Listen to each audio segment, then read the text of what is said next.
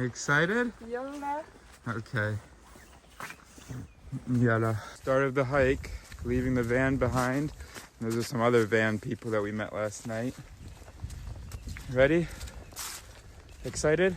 Yes. Well, we lost the dog, and not the one I expected. Oh, putain. Oh, là. Neo, come here! I think my dog has to be dead, because I don't hear anyone yelling. He's not barking. This is the first time that, well, the second time besides when I'd only had him for a month. And then he just ran off for a few minutes. Gosh. This is crazy, because I did not expect for Neo to run off. And one thing I did not consider, because we saw a deer earlier that Rehi ran after. So one thing I did not consider, that he may have seen a deer, not giving a shit what I had to say, because it was his first fucking deer. Neo! It's been like, quoi, ça fait au moins une demi-heure? Almost an hour. Maybe he fell.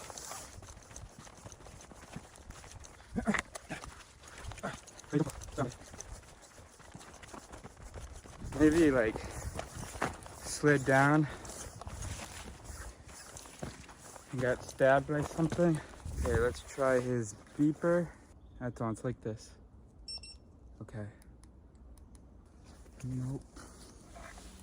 Je sais pas. He's never been lost. Tu peux regarder où est le croix? Hop. Good, shut up. Bonjour.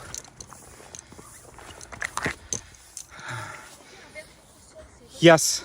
Fucking hell. So funny. Neo! So we finally just went to the cross that I've been saying we need to go to. And I kept saying, let's go to the cross, let's go to the cross. And we finally just went to it. And a woman said that there was a German Shepherd all alone. And that was just there. And he just left and he came down this way. Neo! Neo! Fucking hell. We are not going to be upset that we lost them, because we were trying so hard to listen to a story and being a good attentive listener. We're not going to play. We're not going to try to. It's my responsibility. I am to blame. I'm trying to silence that voice that wants to blame anyone else. Neo! Neo, come here, boy! Neo! All right. I'm not going to confuse him anymore. I'm doing what I knew I should have fucking done from the beginning. I'm going to the cross. The first sighting of him was at the cross. But she's no longer Catholic, so she can't understand. Let God help you. The only sighting, we went back to the van. We asked him, we checked the road, went to this animal farm thing. Well, we didn't ask anyone at the animal farm, but there was someone who checked the road for us. So I'm tempted to go look for him, but why? He hasn't been able to, he's here. He's got to be looking for us. There's no way he just doesn't give a shit. Walking around yelling his name has not helped. Walking around whistling, so we're going to stay in one spot. Il est là? Oh, I'm going to stay in one spot. I'm going to let God help us. Moi, on va rester ici parce que ça n'a pas aidé de marcher partout et de créer son nom et de siffler. Du coup, on va rester ici. On va laisser Dieu nous le ramener. Il est plus bas, c'est sûr. Ouais. Alors, est-ce qu'il va remonter? On sait qu'il va remonter? Ouais. Ouais. Si essayons là. Sinon, l'attendre au restaurant. On redescendre. Et puis... Bonjour! Ah, lui demander s'il a... Monsieur? Est-ce que vous avez vu un berger allemand? Non? Ok, merci. Ouais, et vous venez d'où là? Du restaurant, il y a un restaurant, les terrasses. Par là? Oui. Oui, alors. Okay, give him this to smell. Furthermore, the story that I mentioned was about a pilgrimage, the Saint-Jacques pilgrimage, religious walk. So Neo was listening as well as I was, and he thought, oh, that sounds like a nice idea. See the clouds? C'est sûr qu'il va remonter. I was gonna say that because Clémence wanted to walk around a little bit more. And I was saying, let's come here. And she just asked me whether I'm sure that Neil will come back up. We'll work on her language, because we're not sure of anything, especially since this is the first time we've lost him. Even if we weren't sure of anything. There's too many variables. But there's the action bias, which is we have a tendency to want to act, even when acting is not the best thing to do. Neo is going to be much better at finding us than we are at finding him. This is a completely justified cigarette. Yeah, so the action, well, that's what all it is. We have a tendency in a situation, we want to be able to control it, we want to be able to do something. Or I shouldn't even explain it that way, but that's a way that you can understand it. But basically, we just have an instinct to act when we have a problem. But sometimes, the best action is no action. Well, except for maybe to whistle a little bit, but I don't want to confuse him either. So honestly, I'm not going to fucking act at all now. Because I already tried that for the last hour. Whistling, calling his name. And he probably just got really confused. So now we're just going to sit here and wait for him to come back. I'm going to drink my beer. I'm not going to stress about it. Because even if I did lose him, then I'm going to take solace in the fact that even though I don't actually believe in a God, well, part of me does. And so I guess that's what God wanted. Because so many things in my life have been, well, everybody who believes in a God says that there's too many coincidences for God to not exist. It's bullshit. It's all in your head. It's all in my head. Right. And of course, we didn't ask that many people. We probably asked about 5 people. Yeah, and this is around the area where we were. So it's actually like completely reasonable that someone who was sitting here enjoying the view, he smelled maybe a human. He came over. What's up, buddy? Is he nearby? No? So of course the chances are that he would be seen by someone at a sort of a tourist location, and that he would even go to where a human is. And it's an area this is where we were walking to. We were just a few minutes away from it. So obviously it's not God, but it is very comforting to think that it is God. And to think that there's some religious significance. Of course, the reason we were coming here is just that this was like the only thing nearby to check out. Do you wanna be cute for the video? Right here?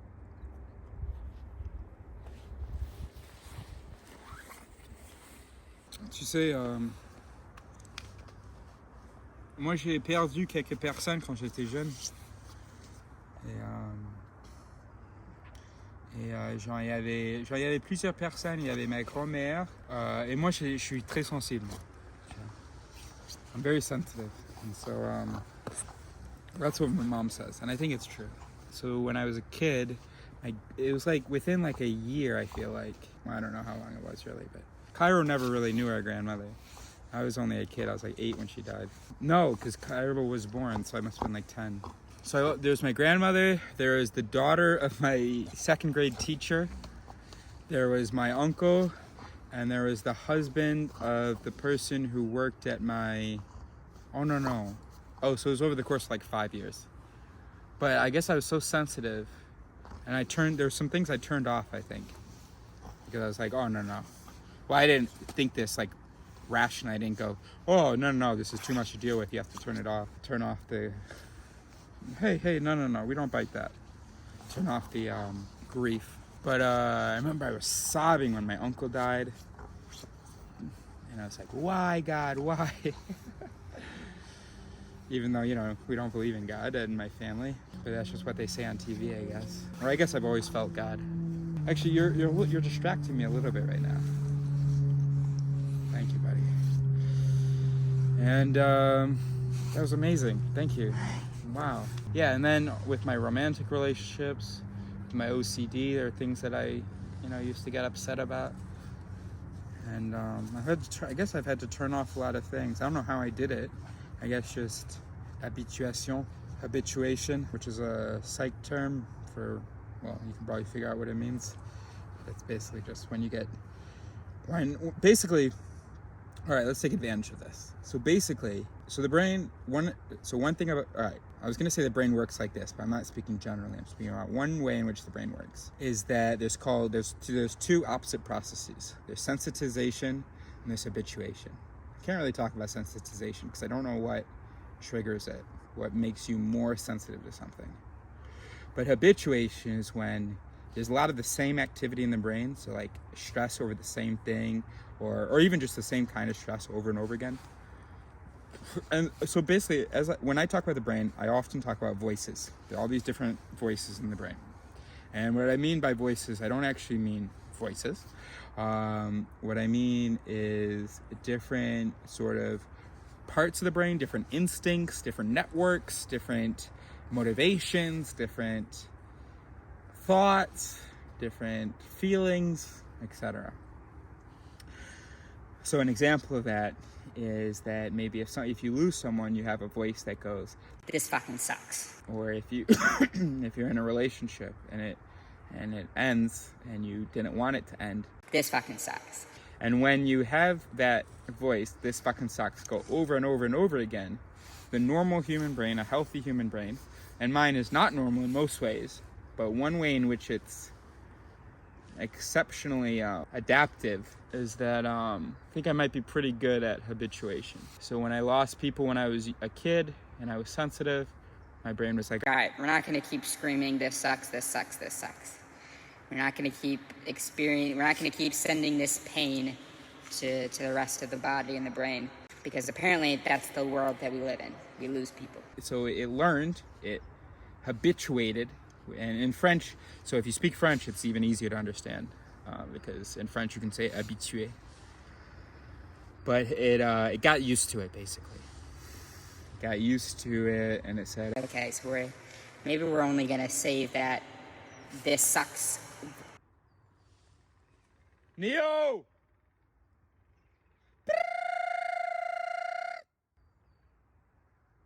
This sucks voice for exceptional, for certain things. Okay. Continue de filmer.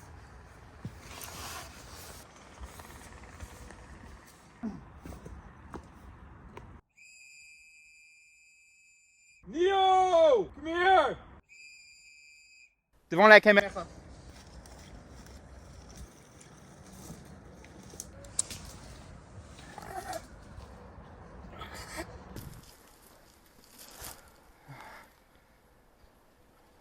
This isn't gonna even be possible. Ah, fuck. Oh!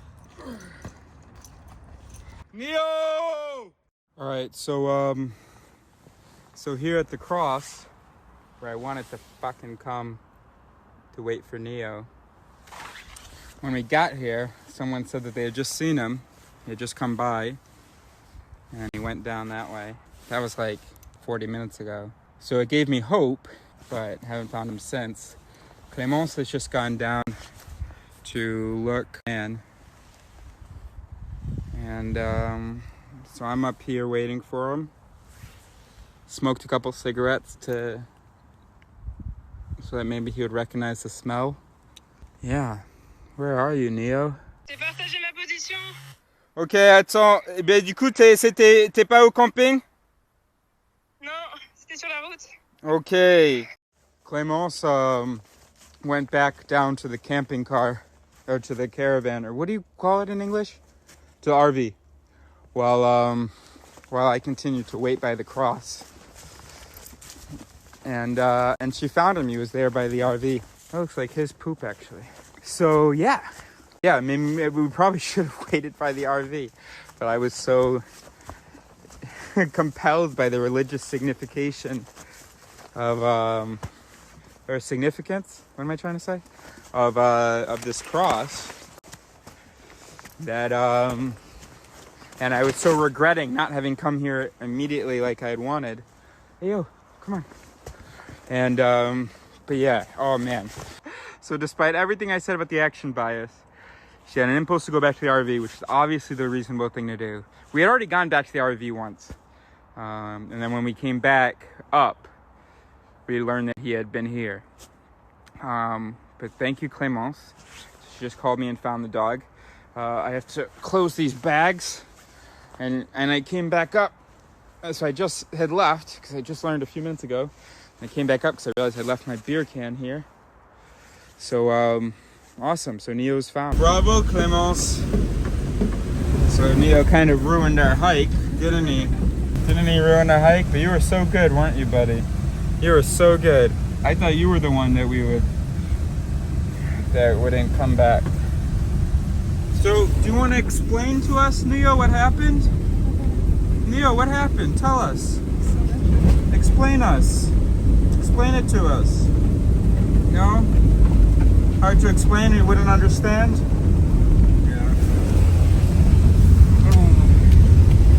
You want me to roll the window down, buddy?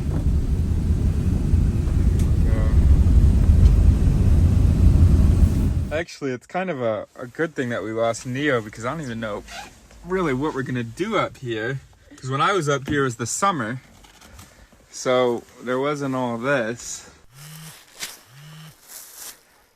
Oh, are we gonna slide? Do we need a bigger bag? Oh putain. Oh my goodness. Okay, let's see. Is this... Mais tu vas juste t'enfoncer en fait, non?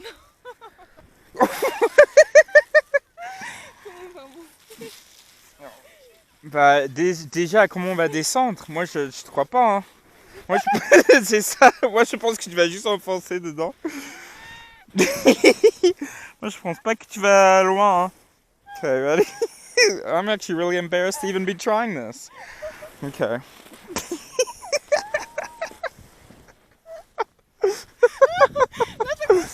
C'est bon?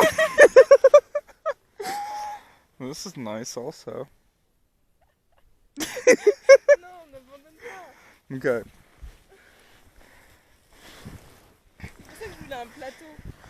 Ouais, bah du coup on prend la planche, tu vois. Mais du coup ouais, si tu veux, on va juste continuer de faire ça. Mais c'est juste, c'est super, c'est humiliant en fait.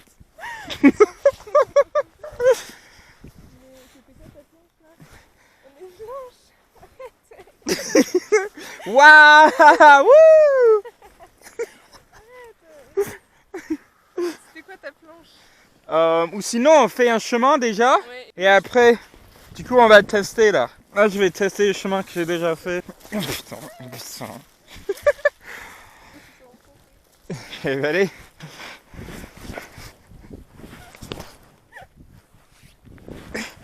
Bah du coup on continue.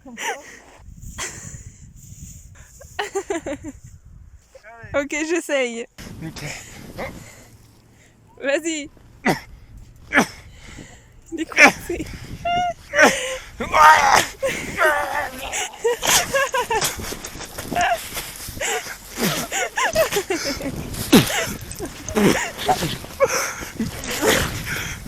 Drama queen. Ton portable. Le pirate à la neige.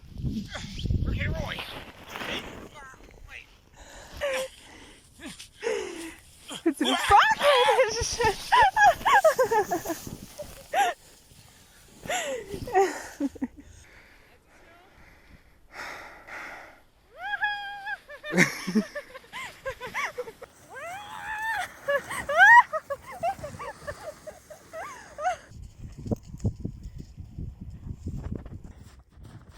Good boy, buddy.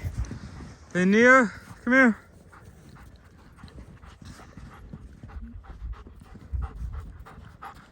Good boy, buddy. Hey, are you enjoying the snow? How about you, buddy? You enjoying it? Hey, hey, relax, boys. Yes.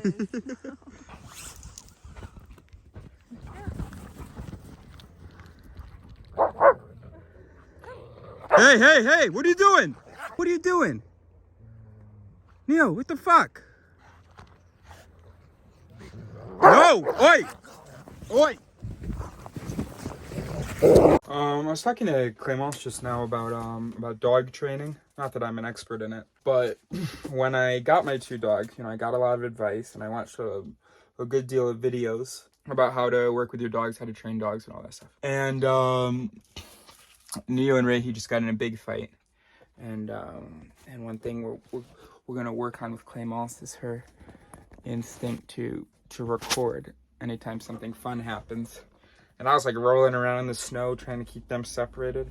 I mean, I wasn't particularly having fun in the moment, but it was adventure. So in a way it was fun, but I was also annoyed that they were doing that and a little bit stressed out about their relationship in the moment, and also maybe less higher cognitive stuff. It was just dog growling, sounding angry. It's upsetting. Doing it to your other dog, your two dogs doing it to each other, it's upsetting. Regardless of whatever rationalization you may add to that, it's just upsetting. Because as I try to show you on my channel, all the rationalizations, all the explanations, oh, I don't want my dogs to fight because I want them to have a good relationship. That's not necessarily what was happening in that moment. Could have been even more basic than that. Just dogs yelling. It's an upsetting sound to hear a dog growling and biting and looking at his teeth and all that. Which makes sense why we would evolve with the basic instinct over the last 30,000 years to find that upsetting, because otherwise, imagine if a dog is growling and you're like, he seems angry, and he's showing his teeth and you're like, okay, I should get out of here. Probably want to get out of there quickly enough. You need to, as Clémence is saying, she said, You could hear hate in his voice, it sounded like. or it felt like. And yeah, of course, yeah, it triggers the same feelings that you have when, whatever you attribute to hate. So the point is that in like dog training and stuff, I was watching this master class, and he was saying that that the dogs would try to test you. And that's not the first person that I've heard say that. I've heard that pretty often with people giving me advice, telling me that the dog will test me, that the dogs test you. I think that's bullshit. I don't even understand the psychology of that. Like, why would the dog want to test you? Like, why would it be like, should I take my master seriously? it just doesn't make sense to me. What makes more sense to me, although it's less intuitive because it involves less intention, what makes more sense to me is my voice system. So let's say that you teach your dog, sit means put your butt on the ground, okay? So that's a voice, a rule. Sit, butt on the ground. When you say sit, that activates that voice. The thing is that let's say the dog is at the park. Let's say there's another dog. Well, then there's a voice, a rule in the dog's head also going, Other dog, run towards it. Or- Other dog, play. or There's something interesting over there, go towards it. which are just rules that it reasonably evolved with, right? Because interesting things are things that dogs should check out. Dogs are supposed to go to the unknown before the humans do. And then just fun things. Dogs have to, expend their energy. And so they have this rule. If I have an opportunity to play, do it. So let's say the dog's at the park. There's another dog. There's a shiny object. And there's you saying, sit. So then you got three voices active at the same time. And then it's a question of which one wins. He was born with the rule, shiny object, go check it out, or whatever.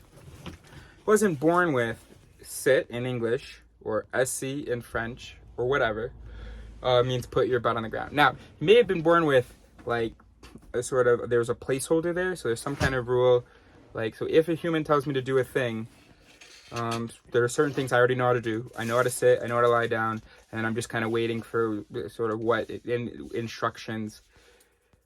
I'm just waiting for the first half of the rule.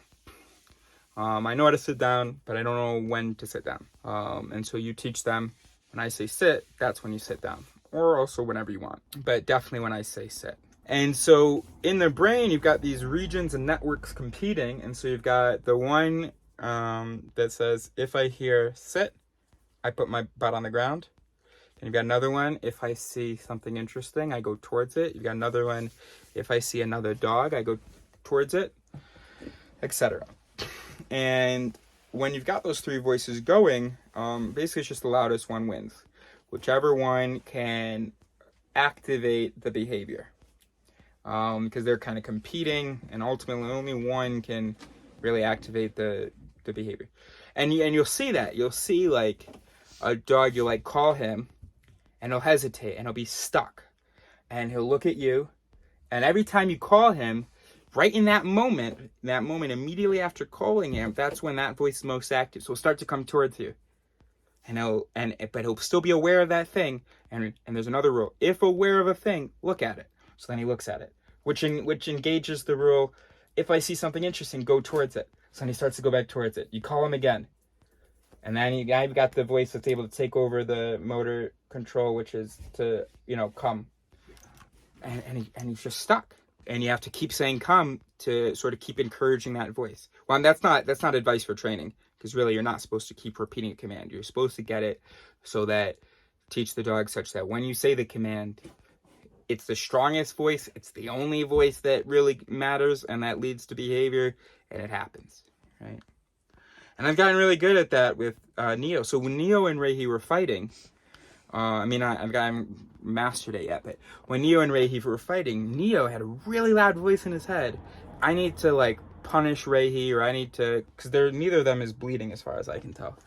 So but he had this voice in his head, like, I need to, oh no! Ah putain, ça c'est du caca ça. So you've got the other, so he's got this really loud voice, of course, that triggers a really big behavior.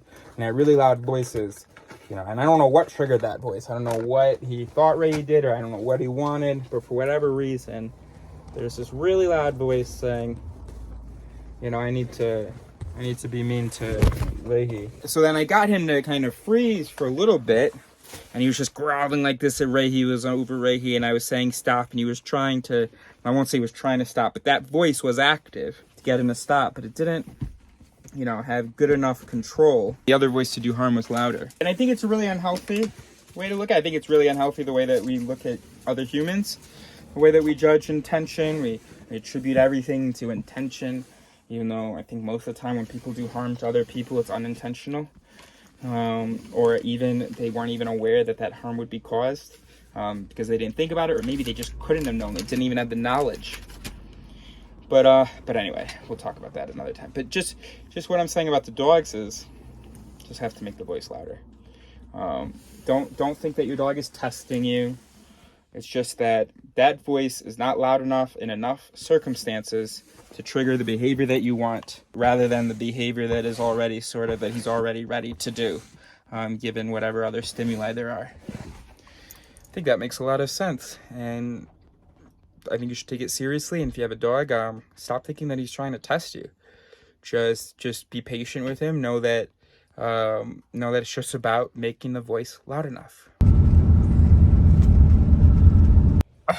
Clémence and I are going to write a song. We stopped here, and I told Clémence to come up with one word, and I came up with one word. And so we came up with courant connu, which is like a known current, which reminded her of like a known territory, which is like a place that you know and that you're comfortable in and comfortable with, blah, blah. And of course, my whole philosophy is, fuck where you are. It's about having a direction, not an intellectual direction. It's about trying to make progress. And of course, you're going to keep changing. You're going to go here, and then you're going to go there, and then you're going to go there. But it's about trying to get to truth. Yeah, the current of knowledge and ideology. It's going to be a great song. We have no lyrics, no meaning yet, but we have a title, which will inspire us.